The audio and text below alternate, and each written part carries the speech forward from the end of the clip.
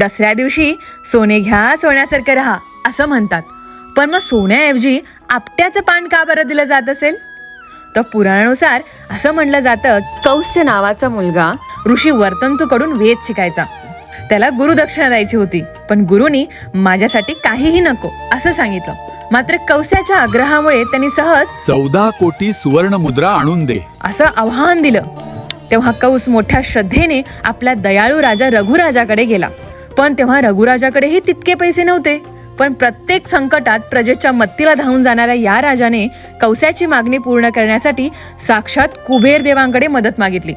त्याची ही नम्र विनंती पाहून कुबेर देवाने चक्क सोन्याचा पाऊस पाडला. पण दयाळू असणाऱ्या राजाने त्या सर्व सुवर्ण मुद्रा कौस्याला दिल्या. मात्र प्रामाणिक कौस्यानेही जितक्या मुद्रा त्याला गरजेच्या होत्या तितक्याच घेतल्या आणि बाकीचं सोनं आपट्याच्या झाडाखाली ठेवून प्रजेला लुटायला दिलं. तर तोच दिवस होता दसऱ्याचा. आणि तेव्हापासूनच दसऱ्याला आपट्याचं पान सोन्यासारखं मानून एकमेकांना आदराने देण्याची परंपरा सुरू झाली. आजही बऱ्याच ठिकाणी मंदिरात आपट्याच्या झाडाची फांदी ठेवून सोने लुटण्याची प्रथा केली जाते. तर आम्ही तुमच्यापर्यंत आपट्याचं पान तर नाही पोहोचू शकत, त्यामुळे आपल्या संस्कृतीचं खरं सोनं तुमच्यापर्यंत पोहोचवण्याचा प्रयत्न करत आहोत. तर सबस्क्राईब करा वेडिंग घरला आणि शेअर करा ही रील.